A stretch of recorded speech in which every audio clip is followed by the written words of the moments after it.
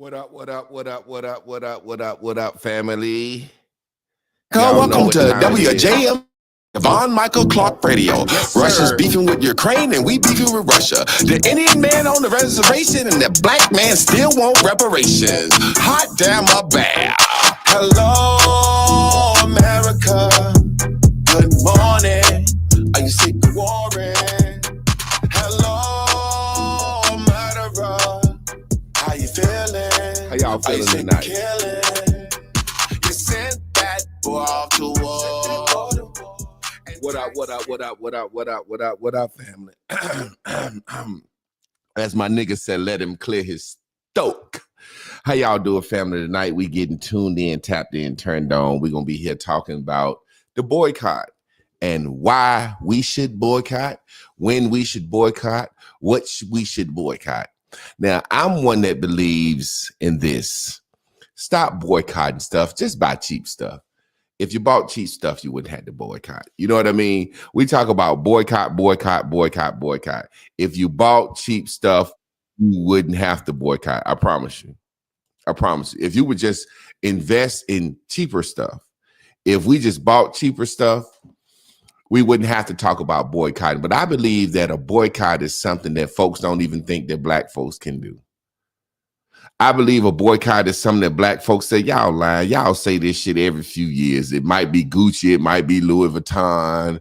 It might be goddamn. Black people boycott something for a week every year. About a week. Give about a week. Let's be real. We give about a week, right? You give black people about a week on our boycott, then before you know it, we done forgot about this shit. Black people forgot that Puff Daddy did something. Y'all know we done forgot that Diddy did something already. We done forgot that Diddy did something. We forget something so quick. Our attention span ain't long enough to boycott nothing. Black folks ain't got a long enough attention span to boycott nothing. Let me put the link in the chat for anybody that want to come in and talk about this. But first of all, we want to talk about how Dr. King and them boycotted back in the day. What was a boycotting back in the day? When they boycotted back in the day, everybody joined in, like specifically the Montgomery bus boycotts. They boycotted that shit a year, maybe like 14 months, maybe a year and 4 months, where black folks decided we ain't even gonna ride the damn bus. We gonna walk to work. We're going to walk to school. We're going to walk to the grocery store. We're going to walk everywhere we go. And everybody did it. And guess what? Businesses were created. When you boycott things, you don't know what can happen. Black folks was like, we ain't going to be able to boycott for so long. All of a sudden, they were boycotting Mr. Jones riding down the street. He got a goddamn car. Mr. Jones said, well, y'all on the way too. We on the way to work, Mr. Jones. He said, fuck it, I'm on the way that way. I'll give you a ride. Mr. Jones on the way back. Where you on your way to? I'm on the way to home. Mr. Jones said, fuck it, I'll give you a ride. For long, Mr. Jones said, shit, everybody out here walking to work. I don't do nothing but sitting around and getting drunk all day. I'm retired. Fucking cab service pop up out of the blue. That's how that shit happens. That's how that shit goes. Somebody said, well, damn, if people walking to work or walking to the town on this 5-mile road, shit, I set up out here fry some goddamn fish at lunchtime. I set up out here, I fry some goddamn chicken on the way. Y'all know, y'all see it all the time. A little Mexican truck sitting out in the parking lot in the morning, and there's 2 women out there serving some rice soup, and the Mexicans in line, they line up for that soup, and that's their business. So when a boycott comes, when you have to go into your own self, you never know what you discover, like when you go into your own self. But I want to talk about boycotting recently because sisters are talking about boycotting because of DEI. Let me explain to you something. White women get DEI hires. There's no need to get into that. Target changed the name of its policy from DEI to what? Belonging. They're not saying they're getting rid of all their initiatives to hire. They just said we're going to call it belonging. We're changing the name because over time, when you change the name, shit has a stain to it. DEI. That's 2011, Barack Obama. It's just like right now they got this thing, the healthcare welfare system, where it's kind of like you can get free healthcare. They still call that shit Obamacare. Trump don't want to get rid of free healthcare. He want to get rid of the initiative that Obama made that's called Obamacare. So we have to understand when we talk about boycotting, you got to talk about unity. We don't have enough unity to boycott. If we were going to boycott some things, seem like we would boycott something small first. We ain't drinking no Pepsi. We ain't drinking no Coke. After a month, Pepsi or Coke, we like, And when I said we ain't drinking no Pepsi, we ain't drinking no Coke, we got to figure out what are Pepsi products and what are Coke products. It's not just I ain't drinking Pepsi Cola. I ain't drinking Coca-Cola. You got to figure out what products. Nestle, them motherfuckers, Coca-Cola. Certain waters are bottled by Coca-Cola or Pepsi. But we talking about bargain. How you gonna boycott where you get your fucking food from? Target and Walmart sell much food. Now, I'm not saying don't boycott. I'm saying don't boycott out of the emotional response. There are a lot of Black people that got products in Walmart or Sam's or Target. Now, listen, let me break this shit down for you. If you got a deal to be in one of them stores, you exclusive. That means you big enough to where you need somebody big to distribute you.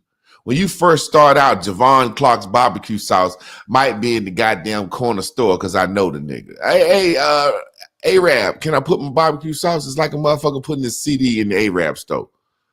Hey, man, I got my CD, man. Can I put it in the Arab store? And it's like, wow, sure. You're selling CDs, $10 a CD. Tell the Arab he can get $2 for every one he sell. Before you know it, your shit done blew up in the hood. Arab said, hey, man, you got any more of them CDs?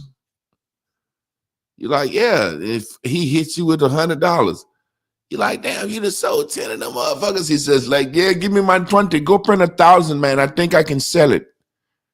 Then everybody come in this Arab store. He said, hey, you heard of this guy? Even if the guy ain't popping. Hey, you heard of this guy? He popping. He going to blow. He did the next guy. You heard of this guy? You heard of this guy? And then after a while, he done sold so many CDs in the Arab store. It's like, he like, hey, look, Arab, man, I'm trying to get in the damn Sam Goodies now. I'm trying to get into Mr. Willie's or fucking Mr. Freeze Records. And the Arab say, hey, man, you know, I got to go to Mr. Freeze Records now. I got to go to Sam Goodies. I got to go somewhere bigger, man. The world won't, man. Everybody can't just come to this little Arab store, man. They got Sam Goodies, Mr. Freeze CDs all over the world, man. Come on, man. You get out to be able to understand. And he said, okay, I understand, man. Go to Sam Goodies, Mr. Freeze, to go sell your music there. But still leave some here for me. And he, man, they said it's an exclusive deal, dog. If I put my shit in Mr. Freeze or Sam Goodies, man, I'm never going to be able to put it in here. So when people just say, well, they can put their stuff in a Black spot, Black folks can't distribute. If that's the case, we would have distributed our own music. We wouldn't need Warner Brothers. We wouldn't need these fucking big distribution companies. But we get so offended so quick by something that don't mean nothing. And it's like biting your hand off to spite your face. It's like putting your foot down for the wrong reason. I saw Jim Jones last year. Couple, hey, I'm in the Louis store, and I'm in the Louis store, and I want to buy some stuff, and Louis ain't trying to sell me nothing, and I'm mad. I'm mad because Louis don't want to sell me. Look at this. We drinking champagne. I bought $30,000. Louis ain't want to sell me nothing. And Black people like, oh, that's messed up. All we want to do is belong. That's our biggest fucking problem. Belong. Can I wear that? Can I buy that? Can I have that? Can I eat here? Can I stand here? We see people all the time speak out like, well, you know, since y'all niggas don't want to do this, we don't really need your business. So what's going to happen is we're going to fuck around in this Trump era where racism at a #1 high, because that's all people talking about. And these companies going to switch on us and they going to start saying, hey, niggas, you ain't even got to boycott. We ain't even going to let you in. You ain't got to worry about boycotting Target. We won't let you in because Trump done took all the signs down, so we ain't got to let you in no more. Sam's Club, Walmart. Hey, look. Niggas, since y'all want to boycott everything, don't worry about it. We ain't even going to let you in. We ain't even going to let your ass in. Since you want to boycott everything. And do you realize it's like, I call it the Chick-fil-A effect. You remember when you went through the situation where Chick-fil-A didn't support gay marriage? And it was like Christians were like, yeah, we support Chick-fil-A. They don't support gay marriage. We support Chick-fil-A. And gay people were like, well, such and such, fuck Chick-fil-A. And Chick-fil-A was like, we don't want your gay business. Keep your ass fucking business over there. We don't want your gay business. The next day, Christians was down at Chick-fil-A buying fucking chicken in record numbers. Why? Because Christians were happy that Chick-fil-A stood up to gay people. Do you understand what I'm saying? Let me explain to you what I'm really saying. Black people always threaten to boycott and don't go through with it. Black people are going to keep threatening to boycott these different businesses, and these different businesses are going to come out like Chick-fil-A did to gay people when gay people were say they were boycotting Chick-fil-A. These businesses are going to say to black people, you don't have to boycott. We don't want your fucking business. And when they tell black people we don't want your fucking business, other races are going to run and give them business, say.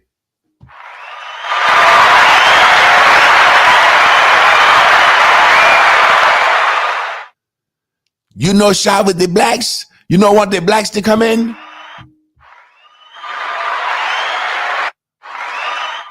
Here come the Chinaman. You don't want the black? They going to cheer them on. We think our dollar means so much. When our dollar is not a trusted dollar. The only dollar that's a trusted dollar for us is the Chinaman, the Arab man in the neighborhood. Now, they ain't going to boycott them. If you're going to boycott something, boycott the local fucking Arab charging $1.25 for one pack of noodles. Boycott the local Arab that's charging you $6 for a gallon of milk in your neighborhood, selling high price, watered down gas. If you want to boycott something, boycott the Chinaman in your neighborhood selling big wings, big as a fucking buzzard leg. If you want to boycott something, boycott the Arab man with the fucking cigarette stand in your neighborhood. Tobacco shop, we got vape, we got THC, CBD, candy, we got reefer gum, all this shit. You want to boycott something, boycott these motherfuckers. Because them are the ones that's really taking your goddamn money. Target ain't thinking about your black ass. They are relying on it. That little local laundromat that you go to because you ain't got no washing machine, boycott them motherfuckers. You have to understand, those are the people that come in your neighborhood and rely on you. The fucking beauty salon, what is this? The beauty supply store. They got fucking $1 million worth of fucking wigs lined up. Boycott that shit. If we have tariffs against fucking them motherfuckers, black women will be down there getting all they got. Hey, you know, they about to have tariffs against India and China, and wigs is going to go up 1,000%. Black people will be in the fucking line of the reverse boycott. What all these black people down here for? We buying up all the weaves and wigs because they got tariffs against China. Keep threatening to boycott shit, and you're going to come around and find out that folks don't even want your business. It's like Cristal. Cristal came out and said to the rappers, we don't necessarily want your fucking business. Why? Because you make my brand look bad. When the rapper is in the video pouring Cristal all over a fucking girl, acting a fool, I put a Cristal in her mouth. Then I gave her Molly behind it. They said, damn, that's kind of bad for business. Although rappers buy Cristal, how many rappers is it? Well, let's see. How many rappers is it that can afford Cristal on a regular basis? We talking about rappers now. What y'all think? It's 1,000 rappers? Y'all think it's 1,000 rappers? If it's 1,000 rappers, that ain't enough rappers for Cristal to look bad with rappers shouting out, Cristal, Cristal, Cristal, Cristal. That ain't enough rappers. So Cristal said, look, we rather y'all niggas not even be shouting us out no more. And what niggas stop doing? Stop shouting out Cristal. Cristal stock went up. Cristal stock went up.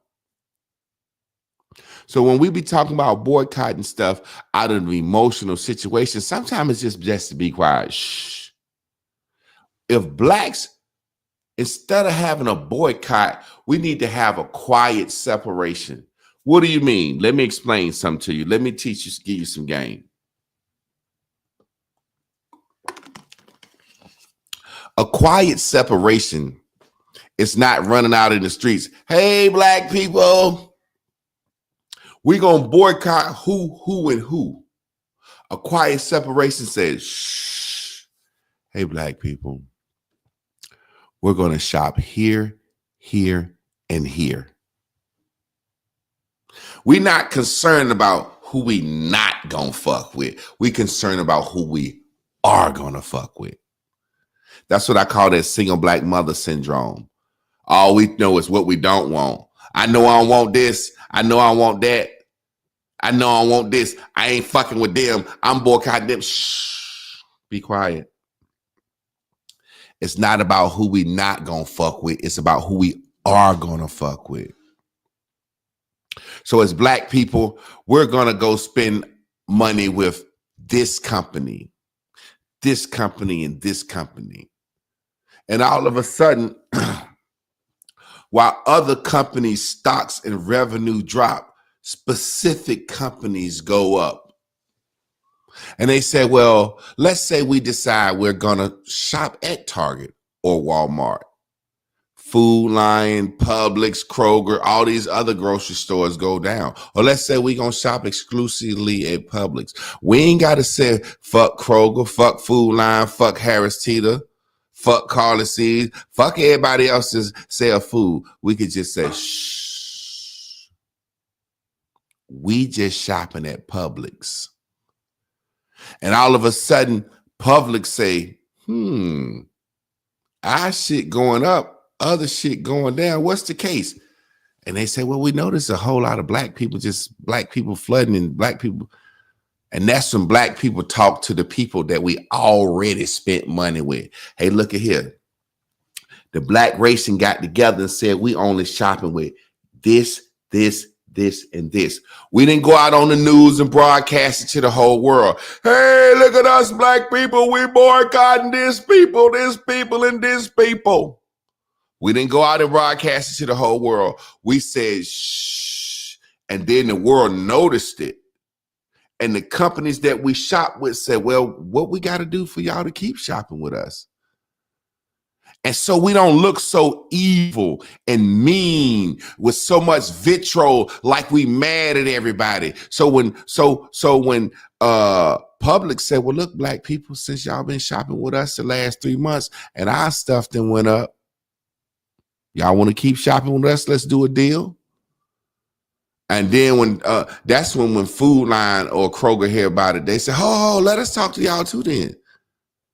Because if y'all shop exclusively for Publix for 6 months, y'all can shop exclusively here for 6 months. Well, let's structure some deals. We can start shopping at grocery stores by last names. That's how I think.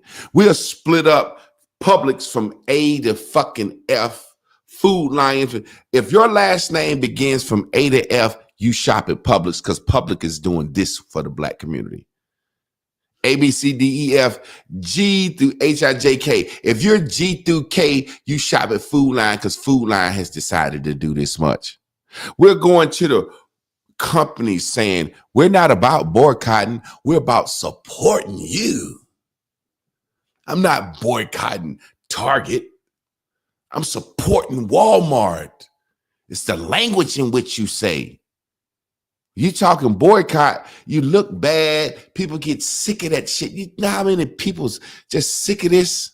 Shout out to my man 4407 Mo, my man Ilkan Ali, my lovely wife, the total woman.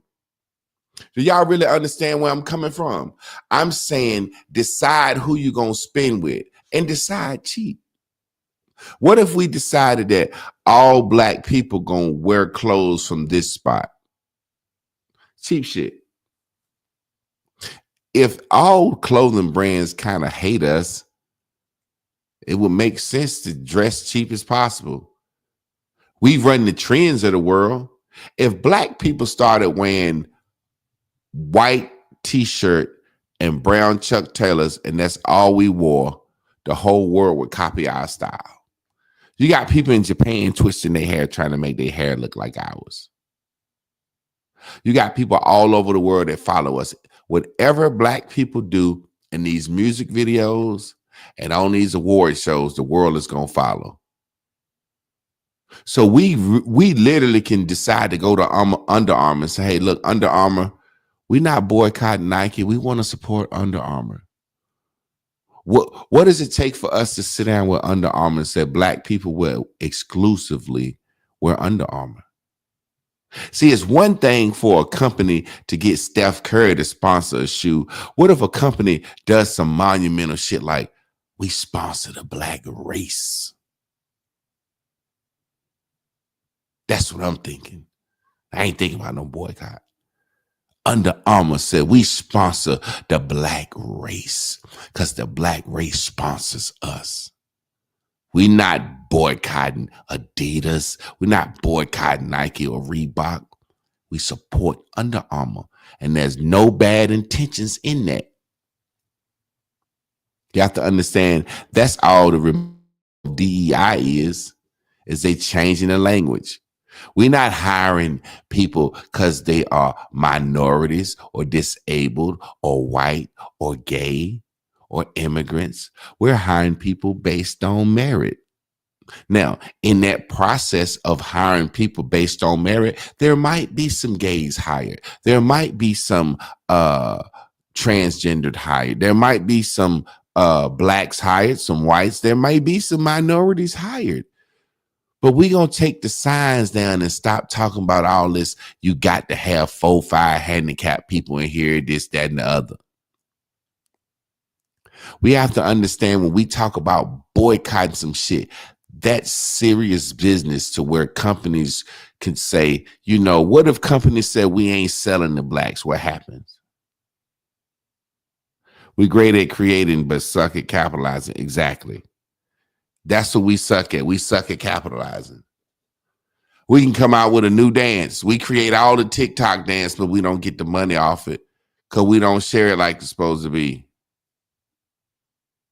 We create everything and we don't capitalize off of it. I think one of the biggest things that we don't realize is we go through a lot of shit we don't need anyway. We go through a lot of shit we don't need anyway. One of the hardest things for me is to look up and see people just waste shit that they don't need. I be like, damn, we really, really down each other and cut each other down and think we better than each other because we can afford a name brand that was made during slavery. We got Fantastic on that coming into the stage. Fantastic. What's up, brother? What's up with you, brother? I'm chilling, man. What you got to say on the topic, man?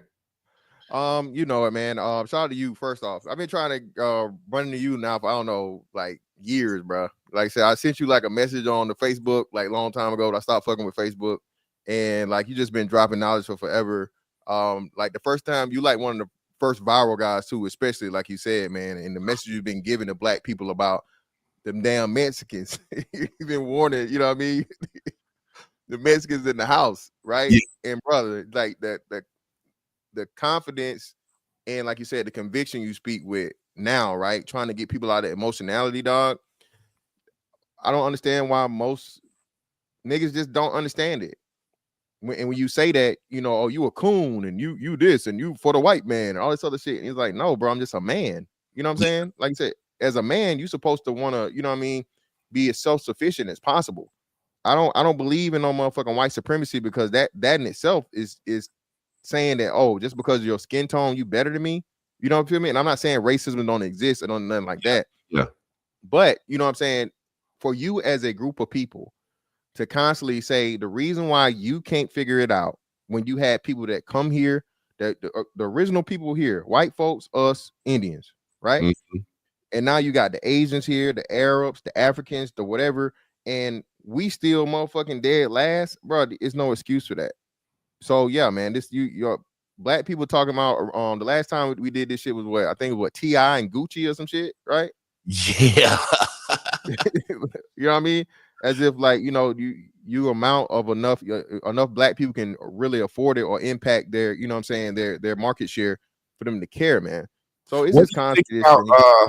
What do you think about the Asians? Like, we literally see them beating up black women, throwing them out of their salons, man, and we don't boycott them. We literally see them beating up black women, throwing them out of their salons. Do you think it's just certain things that we just got to have that make us feel like it's like back when we was coming up, when ponies came out, you know what I'm saying? I like, Mom, I got to have a pair of fucking ponies. You know, do you think we had that child mentality? Like, I just got to have this, because Louis Vuitton was created in, I think, like 1860 during slavery. What make us say, I got to have it? Like, is it a nanny boo boo in your face? Or like, what do you think about that, bro?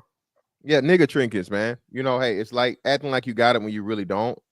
Status symbols, just like, you know, hey, getting the Benz, you can't afford it. You know, the gold, all the, you know, like I said, people that live in the projects wearing designer, right? Or you on Section 8, you wearing designer.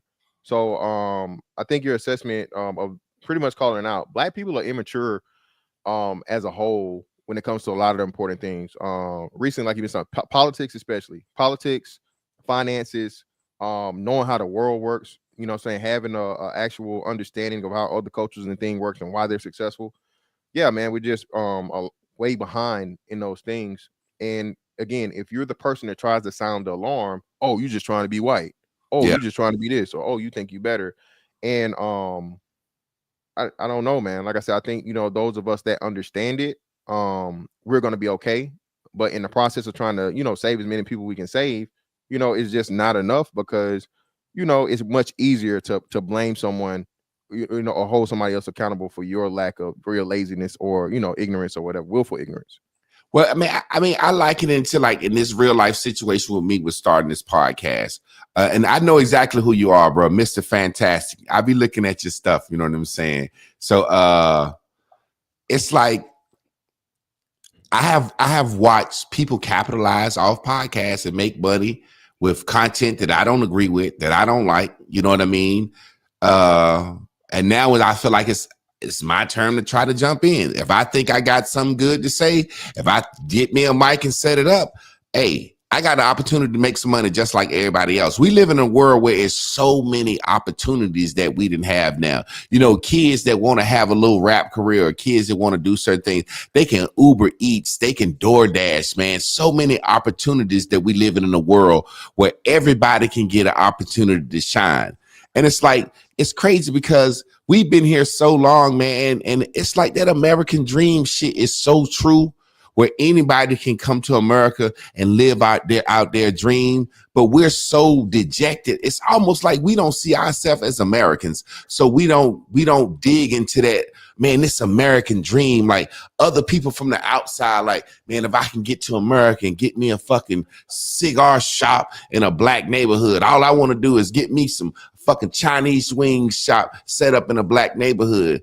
I just be sometimes feeling like we don't value the fact that we are American citizens and we can have access to do anything that we want to do. So like right now, I'm like, okay, I'm gonna do a podcast. There's times that I done sat back and said, man, this nigga got a podcast, this nigga got a podcast, I don't like it. Go do your own shit. Go do your own shit. That's what we gotta do. That's what we gotta do for anything. Fucking Famous Amos started selling cookies. Now he famous for cookies. But he didn't sit around and say, man, fucking Nabisco got all the cookie sales on lock. Blah, blah, blah, blah, blah. I ain't gonna do shit, man. Fuck it. We ain't no need to do nothing. I just think sometime when it's all said and done, we want to threaten the world. That's that black female single mother spirit we have in. We want to threaten the world. I'm gonna take some away from you because I didn't get my way. I never forget, man. The first time I experienced it, I was dating this girl in college. I was about 20. She was about 26. So she would always act like she was older than me and mature than me. And I was over her house one time and she made some fucking barbecue chicken. I don't eat barbecue chicken to this day. The shit was kind of like cooked too fast, where it was kind of done as fuck on the outside, looked good as shit, but I bite into the shit and was kind of wet, not done on the inside. And I dropped it. I said, oh man, I don't want this chicken. She said, what's wrong? I said, it's raw. She said, well, I'll never cook for you again in life. I said, God damn, say you'll never cook barbecue chicken. You know, you ain't gonna never cook for me again, ever again, because you gave me some raw fucking chicken. That's your response to not liking how it feels for me to say your chicken is not accepted. So that's how we're responding to Target. You know, Target is like, hey, look, we're not going to have people's products in here just because they black. They're not saying they not having black products in here no more. They saying we're not exclusively going out to find fucking black seasonings and black folk barbecue sauces and shit. I hate to say it like that, and black folks hair care products, because we dominate certain businesses, even like in the black community. You know, they said support black business. I'd be like, okay, I can get a black man to cut my grass. I can buy a black soul food plate, and I can go to a black barbershop or a black beauty salon. Black man to wash my car. Other than that, it's not a lot of black things we can support in the community. Other than seasonings, barbecue sauces, and hair care products, it's not a lot of black things in stores anyway. So we're making a big deal about something where we could just shh. And that's what I think Tabitha Brown should have did. Shh, hush. You done went on here trying to be nice and smiling and explaining your way, telling folks not to boycott. And you know that's the first thing black women gonna do is get mad. Oh, just because you got your sauces and that. Now we go, shh, just be quiet. Just be quiet sometime. That's our first response, is to get mad and I ain't gonna never cook for you again. We ain't gonna never shop with you again. Go ahead, bro. I was talking a minute. No, you're good, brother. It's your platform, man. But no, you great points as usual. And like you said, man, it's just this very, very childish, immature response to something, and like you said, not taking accountability. You didn't just like, bitch, the chicken ain't no good, and you know, she cooked the chicken perfectly. She could have killed you. Salmonella, motherfucker. You feel me? So I mean, so you telling her something, and you know, we've all been through that. I think a lot of us, the thing is, man, like you said, when black men get out here and we tell these experiences and you turn the micro into the macro, people act like you crazy, like you just, you know, oh, you just can't handle women, you know, you just ain't that nigga, you know, all that, you just not the guy or whatever, yeah. Right?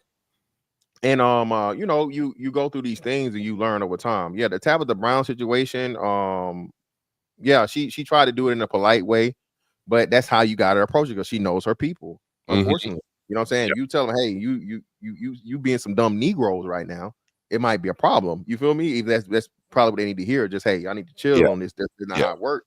And she did a wonderful job, like you said, explaining the whole process. Hey, this is the business of it. This business is not easy to get here. I'm on contract. And then, like you said, ultimately it does turn into that, always come back to the crab in a barrel. Oh, you want us to keep buying your stuff and whatever. So you know what? I'm not gonna buy that either. You feel me? When again, now what are we doing? It's counterproductive. You know, when one makes it to the top, and she's actually, like you said, she's trying to encourage people to get businesses and things like that, and so on and so forth.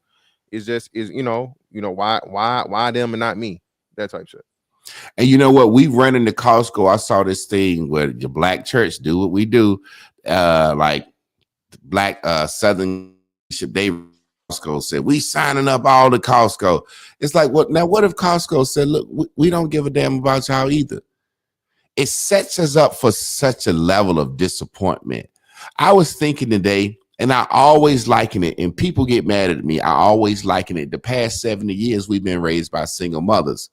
You know what I'm saying? So there are gonna be certain things way that kids move their hands. That don't mean they gay, but being raised by a mother, the kids might start doing this shit right here. You know what I'm saying? So it's like I always say we have this single mother response to things, and it's like as a female in the Black community, no matter if we grow up hard or what, there's a lack of accountability and humility. And for Black men, we have that same spirit, but the world somehow makes and holds us accountable and humble us. Meaning this, as Black men, when we go out into the world, you're gonna get your ass beat if your ego too tough. You know what I'm saying? As a Black man going out into the world, somebody gonna humble you if you get out of pocket. As a Black man going out in this world, you're gonna have to be accountable if you play a sport or you just being somewhere. At some point, somebody gonna make your ass. You gonna have to realize, sit down and shut the fuck up. I was joking with my wife today. We was joking and she was saying something. I said, "No, you got to listen to me on that." And I said, "Sometimes it's just listen to me just because." She said, "What you mean?" I said, "Well, if I was in the room with Michael Jai White, I ain't gonna talk no shit to that nigga. I don't care what the subject is." You know what I'm saying? Like, I I'm know the same way with John Jones. I ain't. Hey, apologies and bullets. That's all I got for you, brother. One of the two. Hey, that's what Shaq said. Shaq said, John Jones walked up behind him and kind of slapped him on the head, and he turned around like, "Who the fuck?" Like he was like, "Oh, okay, Mr. Jones, how you doing?" You know what I'm saying? Sometimes you just know there's a hierarchy, and you don't buck the hierarchy. But it's some about a rebellion in us that want to buck the hierarchy. As a former school teacher, man, I done seen kids where they got the damn taser, the light on the kid's chest.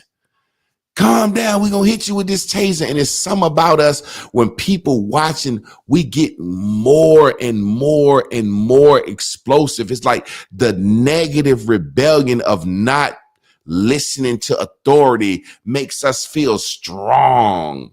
I watched the video, man, and I laugh and I hate they got this new saying, fuck around and find out, right? And somebody sent me a TikTok video. My stupid ass then went down a black hole, fuck around and find out TikTok videos. And there's so many videos of Black women being in situations where people got guns on them. And they will not calm down and acquiesce. Shoot me then, bitch. You put that gun down, da, da, da, da. If you don't do this, you put that gun down. You better shoot me, bitch. I'll fuck you up, blah, blah, blah, blah, blah. All of a sudden, pop, pop. Oh, she shot me. Girl, she shot me. Call them. And they be so funny to me. And I know I shouldn't laugh at shit like that. And normally I try not to even look at shit like that. But man, I went down a rabbit hole today of just Black women getting shot on TikTok for not just chilling. The gun is in your face. And I think that's what we do when, as you go out into the world as a race. It's like, okay, the gun is in your face, people. The cops saying, "Can I see your ID?" "No, man, what you asking me for my ID for?" Hey, look, I'm finna body slam your ass now. You know how we do, y'all. No, my ID. Hey, man, it's an ID, man. Hey, man, I got my ID right here. Here go my ID. I'm 6'6", 270, 80 pounds. I never been through shit like that with the police because I said, "Yes, officer, no, officer. Here's my ID. Why did you stop me, sir?" I tell people the same thing, bro. I'm 6'5", 270. I actually been, even the time I got locked up the one time, bro, it was all professional. Everything was cool. "Hey, man, your shit came back saying you got a warrant. Unfortunately, damn, I got a warrant. I didn't know about it." "Yeah, so unfortunately, we got to take you in. Hey, go ahead and whatever." "Hey, all right, officer, comply, so on and so forth." Like I said, outside of that, man, it's always been, "Hey, license, registration. Here you go. I ain't trying to have no court in the streets. I'm not no motherfucking lawyer. Not trying to be one here, and going about my way." But like you said, that rebellious spirit, man, is a direct thing from just women being raised by women and women knowing that they're not held to the same standard. Or like you said, consequences of men, bro. Men, you get humbled real quick. Even like saying wild shit, "Nigga, you ain't go," bro. That's you can lose your life. You know what I'm saying? Because men know that men can be violent. So women are black women especially, because now you put the whole, the goddess effect of a black woman is God, and that's your mama. You don't never say nothing bad about your mama. You feel me? And yeah, man, it just gets repeated, unfortunately, to the new generations. And boycotting, it's not it shouldn't be a response to when somebody did something to you. Boycotting is a response to getting your ass slapped, when you should, just like I said earlier, just kind of be having managed control spending of the race. If we can get together and say who we gonna boycott, we can get together and say who we gonna spend with. Yep. You know what I mean? It's like, it's so reactionary. It's so reactionary. And that's what we do as a teachers. I would have students act up when they get down to the school and mama start cussing them out, fussing them out. And I'd be like, I know your boy can read or know this little girl. You ain't got to show off for me. I said probably 15, 20 years ago, probably about 15 years ago. It's a Facebook post I made. I said a cell phone with the camera is going to ruin the black race, man. Do you realize that's what ruin us, bro? Like, say, for example, we having a responsible discussion right here. Just two black men rapping. This is the type of shit that we need more of, but the back and forth. But I think these podcasts and YouTube monetizing certain shit has made men engage in behavior that men would never engage in. Like, I seen this thing, man, and this is a little off topic, but it's on topic. You seen the little guy King, man, the little rapper guy. You know who that is? He used Finesse 2 Times. Yeah. Man, why they got this kid going around the country on podcasts talking grown man shit, and it's like, when did men? It used to be, boy, get your motherfucking ass out of here. Stay at a child's place. When did we let kids get on podcasts with men? They doing that because it can be monetized. It's $1 to be made. You know what I'm saying? All these relationship podcasts, people that aren't in relationships talking about shit. It's $1 to be made. The back and forth between men. Men used to be kind of like, what'd he say? Oh, okay, that's all right. I see him when I see him. You know what I'm saying? Now men be online. Well, that nigga fantastic with that X-Man shirt on. He think he just fuck his podcast. You know what I'm saying? Blah, blah, blah, blah, blah, blah. And then men are going back and forth. I got the T on you. Let me get the proof on you. I'm expose somebody. It's like men are acting in a way I've never seen men act. Cheryl Underwood said on Club Say Shay, she said, what you got in this motherfucking liquor that make these men get up here and act like bitches? Question. This show, I want to know your personal opinion, because we rapping as men now. You know what I'm saying? I didn't cover the topic. What do you think about Cat Williams? Do you think Cat Williams getting on Club Shay Shay, talking about what went on in the comedic world was him just telling his truth? Or do you think it was exposing, talking too much? Do you think it opened the door for everybody to fucking expose? What do you think about the Cat Williams situation on Club Shay Shay?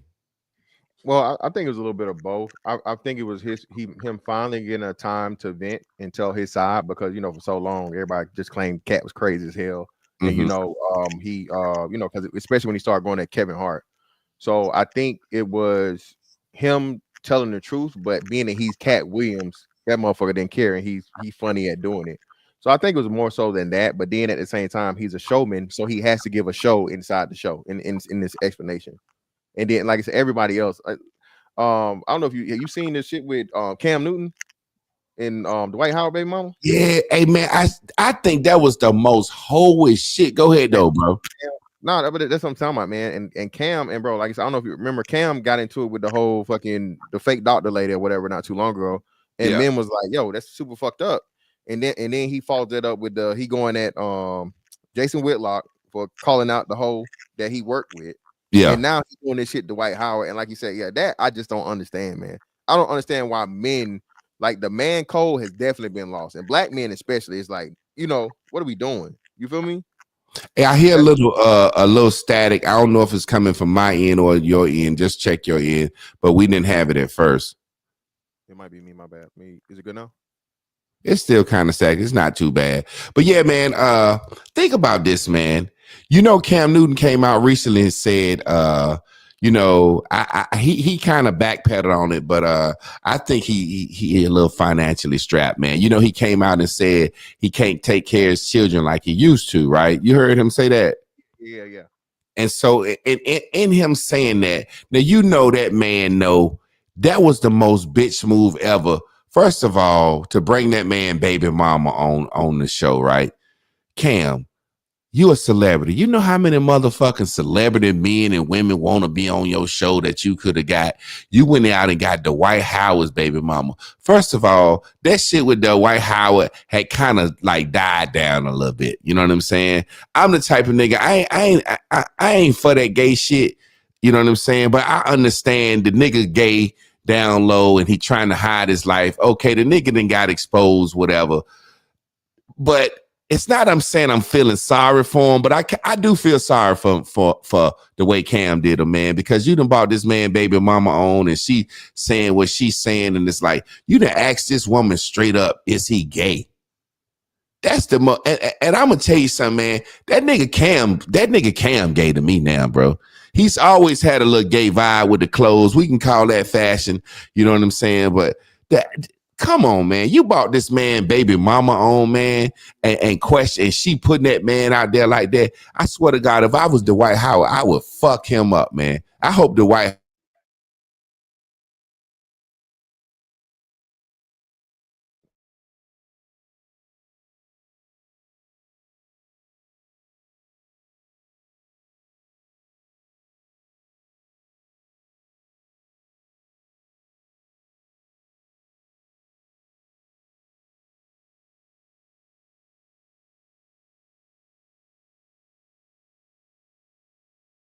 we ain't gonna waste too much time. Okay. Are you back, bro? No, I think it was you. You froze. Yeah, I froze. I don't know what happened. But yeah, man, like I was saying, I call it the Charleston White effect. And I fuck with the brother Charleston White. I rock with Charleston. But Charleston has the ability to troll and do and say shit, but that's him. And now we got everybody like copying his lead. It's like men don't do certain things. It's certain things that men do, saying certain things. Charleston White could get away with saying things that the next man say somebody can get shot over. Exactly. You see what I'm saying? Yeah, me and you, bro, like I said, a big nigga, bro, you can't pull none of that. You getting no. You going around talking about you gonna do this and saying you gonna do stuff to people, kids, and whatever. And that's my thing too, man. And the crazy part about it with the Charleston White situation is like he says good things, but the degree to where he goes with the crazy shit, it eliminates all of that, bro. I can't have him representing black men saying that, babies of certain, needs to be what he said. That's crazy, man. Yeah. You should never go that far. And it's just like he don't care. And like it goes back to that thing where he said for the dollar, he don't care. It's for the dollar, he'll do whatever. And that's why I call it the Charleston White effect, literally, because he gets a pass for it. You know what I'm saying? It's like he gets a pass for it, but he's the only one that gets a pass for shit like that. And I just think, man, calling up somebody's baby mama, man, and this is what I say, bro. I got a saying. If you was with a motherfucker, I don't want to hear your story when you broke up. I swear to God, I don't. Because if I saw a little clip, he asked him, was he gay? And she was like, yeah, he was messing with some dude and he liked fingers in his butt. So you like sticking your fingers in his butt. You know what I'm saying? You liked him when you was with him. So don't act like he's so bad and so gay now when you was with this man knowing he was doing this shit. It's like they besmirched their own character trying to drag us down. I just think that was the dumbest shit ever. And then you got these podcasts, like say, for example, I'm going to tell you one of the podcasts that I used to watch that I see Charleston on, or it's different. The damn podcast with that blue couch, man. You know what I'm saying? With them lights behind it. You know what I'm saying? It's like I respect everybody. They do their thing, man. But that's the type of shit I said, motherfucking then ruined and corrupted us for views and money. What you think about that the blue cow shit, man? Real life. Yeah, man. That's what I said too.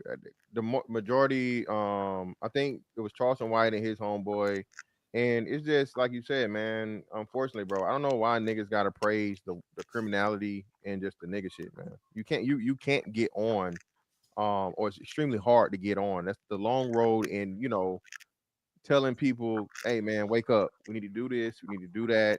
This is what we need to do to win. Stop worrying about these white folks or whatever. You know what I'm saying? Be men, women be women. Don't be out here popping your pussy everywhere and twerking for everything, twerking in church, twerking at the damn hospital. Everywhere you go, y'all shaking your ass. If you start saying all those things, man, you just, you're never going to be heard because it's not, people want to be entertained, not enlightened. Yeah. And that's part of why I kind of yell and scream and do my thing. It's just like sometimes that whole little Samuel Jackson effect might get a point across a little bit more. Told a woman, said, when you spill the tea on a person after you sipped it with them, we know you just as guilty. Yeah. That's one thing I used to always say about Jaguar, right? I said, how you know all this shit? Been in there doing shit and ain't nobody want to fuck you. You know what I'm saying? It's like the first night you got fucked and the second night people was skipping over you. You know what I'm saying? Like, how you being there? He got this and they doing this and I was there and I know fucking Jay-Z and da da da. I was like, how you know all this shit, man? You must have been there and gained a little weight, and they was like, you know what? Until you get your weight down, you can't come to no more Diddy parties. And she went on the fucking rampage. You motherfucker! I'm gonna expose you motherfuckers, y'all fat shame. Yeah, man. Big Meech out of jail, man. Big Meech home, and they throwing him a rap party, benefit concert. Yeah, down here, like the nigga ain't never really been, on the Florida scene, but bro, this nigga got like 20 some artists performing, bro. Most yeah, kids or like babies when he was out. You feel me?